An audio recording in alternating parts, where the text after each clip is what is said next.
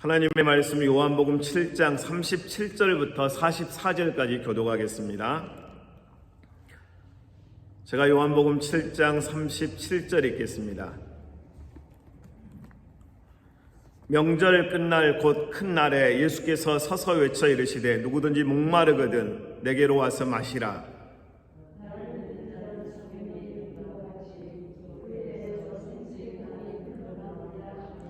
이는 그를 믿는 자들이 받을 성령을 가르쳐 말씀하신 것이라.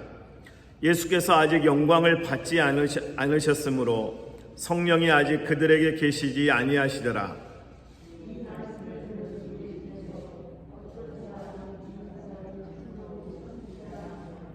어떤 사람은 그리스도라 하며 어떤 이들은 그리스도가 어찌 갈릴리에서 나오겠느냐.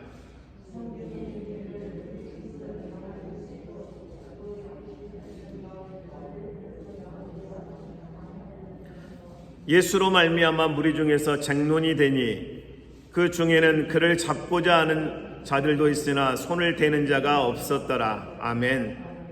생수의 강이라는 제목으로 하나님의 말씀을 함께 나누겠습니다. 생수의 강입니다. 오늘 예수님께서 이렇게 말씀하십니다. 누구든지 목마르거든 내게로 와서 마시라. 오늘 예수님께서 우리에게 오늘 말씀하십니다. 오늘 나에게로 와라. 예수님께로 와라. 그럼 내가 너희의 목마름을 해결해 주겠다. 이렇게 말씀하십니다. 제가 신학교 다닐 때 아주 친한 형님이 있었습니다. 저희보다 한 10살 정도 많은 형님인데 아주 시골 깡촌에서 올라오신 분이었습니다. 그분이 해준 이야기입니다. 한 번도 서울을 가본 적이 없었습니다. 근데 어느 날 결혼한 누님을 방문하려고 서울에 갔답니다. 서울에 가서 이제 누님 집에서 잠을 자는데 새벽에 너무 목이 마른 거예요. 너무 목마르니까 이제 물을 찾다가 화장실을 들어갔습니다. 근데 화장실에 신기하게도 옹달샘이 있었답니다. 근데 옹달샘 색깔이 하얀색이었습니다. 이렇게 하얀색 옹달샘이 있는데 거기에 물이 또 딱 있는 거예요. 그래서 그 물을 손으로 이렇게 해서 먹었는데 물이 너무 달달합니다. 그래서 이제 물을 더 마시고 목이 축이어질 때까지 그 물을 다 마셨답니다. 그리고 이제 잠을 자고 일어나서 아침에 누님에게 물었습니다. 아니 누님, 서울에는 개인 집에도 옹달샘이 있냐고 하니까 무슨 소리냐고. 아니 화장실에 갔는데 옹달샘이 있어서 물을 마셨는데 너무 달고 맛있었다고. 누님이 그랬답니다. 얘라 이 미친놈. 그게 무슨 옹달샘이냐. 좌변기 화장실이지. 그래서 그 목마름을 해결했는데 그게 옹달샘이 아니고 좌변기에 고여있는 물이었습니다. 저희가 그 이야기를 듣고 얼마나 웃었는지 모릅니다. 여러분, 목마른 사람의 특징이 뭡니까? 물을 찾아갑니다. 물이 있는 곳을 찾습니다. 오늘 여러분, 목마른 자는 누구든지 내게로 오라고 하신 예수님의 이 목마름 속에는 세 가지 목마름이 있습니다. 첫째, 육체적 목마름이 있는 사람은 물을 마시면 됩니다. 시원한 물을 마시고 맑은 물을 그냥 마시면 운동하고 나서 막 헐떡거린 선수들이 물을 마시잖아요. 물 마시면 해결됩니다. 두 번째 목마름은 정서적 목마름입니다. 외로움을 느끼는 사람들의 대부분은 다 정서적으로 굉장히 목마른 거예요. 정서적 목마름을 해결하지 못하면 무언가를 찾습니다. 그 목마름을 해결하려고. 어떤 연예인들은 마약을 찾기도 하고 또 어떤 연예인들은 성적 중독에 빠져서 타락해버리기도 하고 이 정서적 목마름을 해결하지 못하잖아요. 그럼 인생을 순식간에 망쳐버리기도 합니다. 저는 부모들이 이혼하고 나서 버려진 아이들을 만났습니다. 가출한 아이들, 위기에 처한 아이들을 거리에서 만나면서 이 아이들이 너무 정서적으로 메말라 있는 거예요. 하룻밤 사이에 150대 정도 차량을 다 유리를 깨고 차를 털어버립니다. 그래서 거기에서 어떤 차에 들어갔는데 유리를 깨고 들어갔는데 거기에서 한 50만 원 정도를 훔친 아이가 있었습니다. 그러니까 이 50만 원의 맛을 들이고 나서 계속 텁니다. 이런 아이들이 감옥으로 그다음에 소년원으로 해서 감옥으로 갑니다. 그래서 이 아이들을 가로막고 이 아이들에게 너희들에게도 희망이 있다. 그리고 너희들을 위해 기도하고 사랑하는 누군가가 있다는 걸 보여주기 위해서 새벽에 밤마다 그 아이들을 찾아 나섰습니다. 수원역으로 서울역으로 가면서 때로는 교도소를 향해서 이 아이들을 만나보니까 다 공통된 특징이 있었어요. 정서적 목마름이 너무 심각했습니다. 엄마에게 받아야 될 사랑, 아빠에게 받아야 될 사랑을 이 아이들이 못 받은 거예요. 그러니까 그 사랑을 못 받으니까 이 아이들이 어떤 반응을 보이냐면 폭력으로 나타납니다. 과격함으로 나타납니다.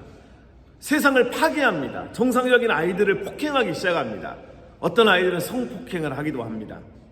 그 아이들을 데리고 먹이고 입히고 재우고 그리고 학교를 보내고 같이 사니까요, 아이들이 변화됩니다. 여러분, 사랑을 주면 정서적으로 치유가 됩니다. 어린아이들도 사랑을 주면 치유가 되고요, 우리 여러분 어른들도 마찬가지입니다. 정서적 목마름이 있을 때 이 목마름을 채워주지 않으면 병들어 버립니다.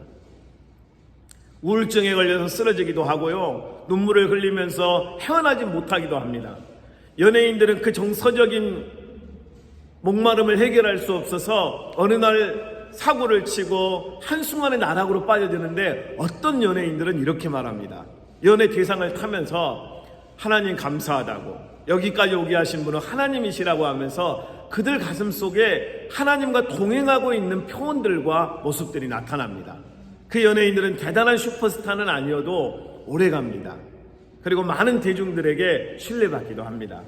여러분, 오늘 예수님이 말씀하신 이 목마름의 핵심 중에 하나가 바로 영적인 목마름입니다. 영적인 목마름은 사람이 채워줄 수가 없습니다. 세상이 채워줄 수가 없습니다. 우리 영적인 목마름, 우리 영혼 속에까지 들어와서 우리의 외로움과 아픔과 고통을 만져주시고 치료해 주시는 영적인 의사가 있어야 되는데, 세상의 의사들은 우리의 영적인 아픔과 고통을 치료해 줄 수가 없습니다. 그래서 영적인 목마름을 해결해 줄 수 있는 우리 영혼의 의사 되시는 바로 그분 예수님께 나올 때 치유가 되는 것입니다. 우리 영혼을 진단하시고 우리 영혼을 만지시고 우리 영혼을 치유하시는 분은 우리 영혼의 창조자이신 하나님밖에 없습니다. 그래서 너희가 살고 싶으냐? 그럼 나에게로 와라. 예수님이 이렇게 말씀하십니다. 너희가 정말 그 고통으로부터 자유하고 싶으냐? 나에게로 와라. 진리를 알지니 진리가 너희를 자유케 하리라. 오늘 삶에 지쳐서 너무 많은 문제들을 해결하지 못하고 쓰러져가는 그 인생들에게 예수님이 말씀하십니다. 수고하고 무거운 짐진 자들아, 다 내게로 와라. 내가 너희를 쉬게 하리라. 오늘 예수님께 나아오는 모든 하나님의 자녀들은 영적인 쉼과 회복이 시작됩니다. 그래서 우리가 여러분 주여 주여 하면서 눈물을 흘릴 때 그게 치유의 시작입니다. 우리 아픔을 주님 앞에 드러낼 때, 우리의 고통을 주님 앞에 드러낼 때 치유가 시작됩니다.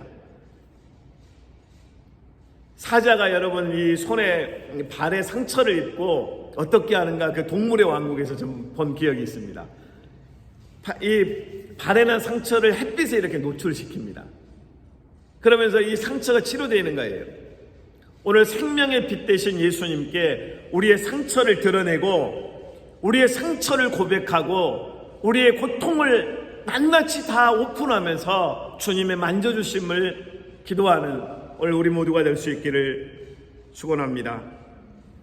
오늘 예수님께 와서 우리가 치유받고 회복되고 나면 하는 일들이 있습니다. 그 다음부터는 자꾸 하나님이 나와 함께 하신다고 간증하고 고백하고 외치게 됩니다. 저는 어제 한 청년을 만났습니다. 피터라는 청년인데, 이 청년하고 대화를 하다가 저에게 물어봅니다. 어떻게 그런 도전이 가능하냐고. Nothing is impossible in Christ. 난 예수 안에 불가능이 없다고 생각한다. 그럼 너가 믿는 그 예수는 누구냐? 내가 믿는 예수는 이런 분이다라고 말하면서 우리는 이제 미팅을 시작했습니다. 여러분, 세상 사람들이요 진짜 목말라 있어요. 누군가로부터 한마디라도 자기의 어떤 그 문제, 고통을 해결할 수 있는 답을 찾고 싶어서 막 질문합니다. 질문. 저에겐 답이 있습니다. 예수 그리스도이십니다. 그들이 살 수 있는 방법을 저는 알고 있습니다. 예수 그리스도이십니다. 그들의 고통과 상처의 기품을 치유할 수 있는 방법을 저는 알고 있습니다. 그를 예수님께 인도하면 됩니다. 그에게 예수님을 가르쳐주면 됩니다. 왜입니까? 예수 그리스도가 복음이기 때문에 그랬습니다. 복음, 유앙겔리온, 우리가 이겼다, 승리의 복음, 좌절과 실패와 패배로부터의 다시 승리하고 일어날 수 있는 그 희망의 복음, 그 은혜의 복음이 바로 예수님이기 때문에 그렇습니다. 여러분, 답이 예수님입니다. 어떤 문제로 도저히 찾지 못하는, 어떤 해결할 수 없었던 그 어떤 인생의 문제가 있다면 지금 주 예수 그리스도 앞에 나오면 살 수 있습니다. 머리를 싸매고 고민하고 불평하고 원망하고 낙심하고 좌절하고 이렇게 해서 여러분 해결될 수 있는 일이 하나도 없습니다. 주 예수 앞에 나와야 됩니다. 그래야 그 목마름이 해결됩니다. 영혼의 목마름이 해결되고 오늘 우리 정서적 외로움이 예수님으로 해결되고 우리 육체의 질병이 예수님으로 치유받고 해결되어지면은 우리는 여러분 천국에서의 삶이 지금 오늘 시작될 수 있는 것입니다. 제가 티네이저 때, 사춘기 때 가출을 결심했습니다. 너무 집이 가난한 거예요. 아들 5이 이 흙으로 쌓여져 있는 방 하나에서 잠을 자고 어머니는 남이 버려놓은 옷을 주워옵니다. 그럼 이불 옆에다가 이렇게 옷을 붙이면 이불이 커집니다. 그래서 거기에 다리를 놓고 자는데 지금도 잊혀지지가 않습니다. 겨울이었는데요. 우리 어머니가 늘 반찬을 무 하나 갖다 놨습니다. 그럼 우리가 무 이렇게 먹고 나서 상에 올려놓으면 자려고 할 때쯤 되면 쥐 2마리가 와서 그 상 위로 올라갑니다. 그래서 무를 또 이렇게 갉아 먹어요. 다음날 우리가 먹고 밤에는 쥐가 먹고. 그래서 이 쥐들이 포기를 하지 않습니다. 그래서 제가 도저히 이 집에서 못 살겠더라고요. 아니 밥도 없지. 꽁보리밥 놔두면 5 아들이 순식간에 다 서로 그냥 목숨 걸고 꽁보리밥을 차지하려고 먹으니까 너무 배고픈 거예요. 그래서 이제 가출을 결심하고 나가기로 한 날 나가려고 하는데 우리 어머니가 눈물을 흘리면서 하나님 우리 5 아들을 불쌍히 여겨달라고 막 울면서 기도하시는데요. 제가 그 어머니 눈물에 은혜 받아가 같이 울었습니다. 같이 기도하다가 가출하는 걸 까먹어 버렸습니다. 여러분, 오늘 우리가 기도하는 이 새벽에 기도하시는 어머님들의 그 기도의 눈물은 세상의 그 어떤 위대한 선물보다 가치 있고 보배롭습니다. 우리가 여러분 교회를 위해 기도하고 담임 목사님과 사역을 위해 기도할 때 그 기도는 하늘문을 여는 기적을 일으키는 것을 잊지 마십시오. 그래서 기도는 여러분 사명입니다. 아무나 기도할 것 같죠? 못합니다. 정말 하나님 앞에 간절한 목마름이 있는 사람들이 기도합니다. 의에 줄이고 목마른 자는 배부를 것이라고 예수님께서 말씀하셨어요. 오늘 그 목마름이 있는 하나님의 사람들을 통해서 하나님의 역사가 일어납니다.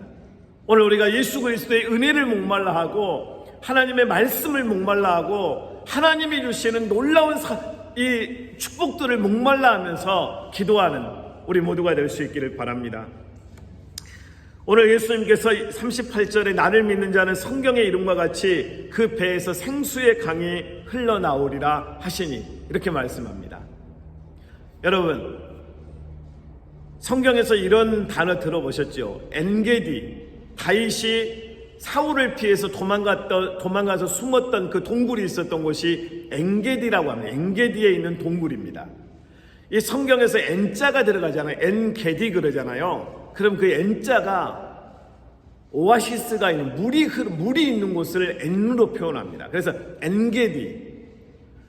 갈릴리 호수의 물은 갈릴리 호수를 쭉 타고 올라가면 헬몬산이 있습니다. 거기 바로 밑에 가면 N단이라고 하는 곳이 있는데 N단에 가보잖아요. 그럼 이 바위 밑에서 물이 막 솟구칩니다. 그러면서 물이 솟구치는 이 N단에서부터 갈릴리 호수가 시작됩니다. 그래서 갈릴리 호수에 물이 흘러 들어와서 갈릴리 호수가 채워져서 요단강으로 흘러보냅니다. 생수의 강이 흘러넘치는 그 모습을 그 사막 한가운데 세워진 나라의 그 N단에서부터 시작되는 물줄기를 타고 쭉 내려와서 갈릴리 호수과 그리고 요단강을 자전거 타고 가봤습니다. 그 현장에 가서 제가 느꼈던 한 가지는 뭐냐면 물이 있으면 산다. 생수가 있으면 산다. 사막이라 할지라도 생수의 강이 흐르면 산다. 여러분, 그 생수의 강 되신 예수님께서 오늘 우리 안에 함께 하십니다. 오늘 예수님을 생수의 강의 근원, 그러니까 예수님께서 목마른 자들은 다 내게로 와라. 예수님이 생명의 근원이시면서 목마른 자들에게 생수를 나눠주시는 바로 그 구세주이십니다. 오늘 예수님께서 나를 믿는 자는 그 배에서 생수의 강이 흘러넘친다고 말씀하신 이 말씀의 핵심은 생수 되시는 생수의 강 되신 예수님이 우리 안에 계시기 때문에 그게 가능하잖아요. 오늘 예수님께서 우리 안에 거하실 때 지금은 예수님이 육신으로 오시지 않았습니다. 지금 우리 여기에는 예수님은 2000년 전에 육신으로 오셨다가 우리의 죄를 짊어지고 십자가에 못 박혀 죽으셨습니다. 그리고 장사되시고 3일 만에 부활하시고 승천하셨습니다. 예수님이 승천하시면서 성령을 우리에게 보내셨습니다. 그 성령으로 예수님이 와 계시는 거예요. 그러니까 성령이 함께하는 하나님의 자녀들에게는 바로 이 생수의 강에서 생수가 막 넘쳐나는 거예요. 그 첫 번째가 사랑입니다. 성령을 받은 사람들의 첫 번째 증거는 자꾸 사랑합니다. 영혼을 사랑하고 교회를 사랑하고 성도들을 사랑하고 가족 안에서 서로 사랑합니다. 두 번째는 기쁨, 희락입니다. 생수의 강은 여러분 우리의 삶을 통해서 나타나는 첫 번째가 사랑이고 두 번째가 희락, 기쁨입니다. 세 번째는 착한 일을 하려고 하고 선한 일을 하려고 하는 양선입니다. 그리고 그들은 과격하지 않고 온유합니다. 그들은 어디를 가든지 평화롭습니다. 그래서 피스메이커 역할을 합니다. 그리고 그들은 어디를 가든지 간에 오래 참습니다. 누구를 만나든지 간에 어떤 일을 당하든지 간에 그들에게는 십자가의 은혜가 있기 때문에 그들은 견뎌낼 수가 있는 것입니다. 어디를 가든 무엇을 하든 교회 사역을 하더라도 그들은 충성을 다합니다. 요한계시록에서 죽도록 충성하라. 그리하면 생명의 면류관을 너희에게 줄 것이라고 말씀하였습니다. 성령의 9가지 열매가 우리의 삶을 통해서 나타나는 것입니다. 흘러넘치는 겁니다. 여러분, 예수 믿고 성령을 받은 하나님의 자녀들은 반드시 9가지 성령의 9가지 열매가 끊임없이 자라고 열매 맺고 나눠져서 영혼들을 변화시키고 그들을 주님께로 인도하는 삶을 살게 됩니다. 인류 역사에 가장 돈이 많았던 사람 중에 한 명이 록펠러라는 사람이었습니다. 이 록펠러는 당대에 가장 세계에서 돈이 가장 많은 사람이었습니다. 근데 이 사람이 여러분 얼마나 나쁜 기업인이었는지 자기 석유 회사에 경쟁자가 있으면 그 회사를 망하게 하기 위해서 석유를 이 오일을 운송하는 철도 회사를 사들여서 이쪽 건 배달 안 해주는 거예요. 그래서 망하게 하고 그 회사에 자기 회사의 70% 사람들을 하루아침에 잘라버리기도 하고 아주 못된 짓들을 너무 많이 했습니다. 근데 55살에 악성 림프종이라고 하는 병에 걸립니다. 그리고 당신은 1년밖에 살 수 없습니다라고 하는 사형 선고를 받은 후부터 그가 변화를 경험합니다. 근데 그 변화의 핵심 중에 한 가지가 그 어머니의 기도였습니다. 록펠러 어머니의 10계명이라는 내용을 여러분 혹시 들어보셨는지 모르겠습니다. 록펠러 어머니는 첫 번째 록펠러 그 자녀들에게 그렇게 가르쳤답니다. 하나님 아버지를 친아버지 이상으로 섬겨야 된다. 이게 첫 번째였답니다. 두 번째, 담임 목사님을 하나님 다음으로 섬겨라. 이게 두 번째였습니다. 하나님을 친아버지 이상으로 섬겨라. 두 번째는 목사님을 하나님 다음으로 섬겨라. 담임 목사님을 향한 성도들의 마음가짐이 무엇이었는지 그 어머니가 그렇게 가르쳤다는 거예요. 세 번째, 주일 예배는 본교회에서 드려라. 세 번째, 온전한 11조를 준비해라. 제가 10개 중에 4개밖에 못 외웠습니다. 그 어머니의 그런 간절한 기도를 통해서 록펠러의 변화가 서서히 나타나기 시작합니다. 1년밖에 살 수 없다는 의사의 사형 선고를 받은 후부터 그는 목사님을 찾아가서 내가 어떻게 앞으로 남은 1년을 살아야 할 것인지를 상담합니다. 나누라고 합니다. 그래서 자기가 가진 재산을 나누기 시작하는데 그 11조만 계산하는 직원들이 76명인가 됐다고 합니다. 그리고 수많은 교회를 세웁니다. 수많은 병원을 세우고 학교를 세우고 우리 대한민국에도 YMCA를 세워주고 엄청난 도네이션을 통해서 한국 교회가 선교할 수 있는 기반을 마련해 주기도 했습니다. 그가 변화되기 시작합니다. 아낌없이 나눕니다. 그가 예수 그리스도를 통해서 은혜를 받고 그가 찬양을 하면서 자기에게 도저히 돈으로 해결하지 못했던 그 공포와 두려움과 근심을 해결하기 시작합니다. 은혜를 받고 나니까 퍼주기 시작합니다. 여러분, 오늘 생수의 근원 되시는 예수 그리스도의 은혜가 우리 안에 임하고 그 은혜가 많은 사람들에게 흘러넘쳐서 복음 전파로 연결될 수 있는 우리 모두가 될 수 있기를 주님의 이름으로 축원합니다. 마지막입니다. 예루살렘에 오신 예수님을 사람들이 죽이려고 합니다. 예수님을 죽이려고 하고 예수님을 조롱하고 예수님을 냉대합니다. 그 이유가 있었습니다. 여기 있습니다. 42절입니다. 41절. 어떤 사람은 그리스도라 하며 어떤 이들은 그리스도가 어찌 갈릴리에서 나오겠느냐. 성경에 이르기를 그리스도는 다윗의 씨로 또 다윗이 살던 마을 베들레헴에서 나오리라 하지 아니하였느냐 하며, 예수님이 갈릴리 출신이라고 하는 것 때문에 예수님을 그리스도로 인정하지 않았습니다.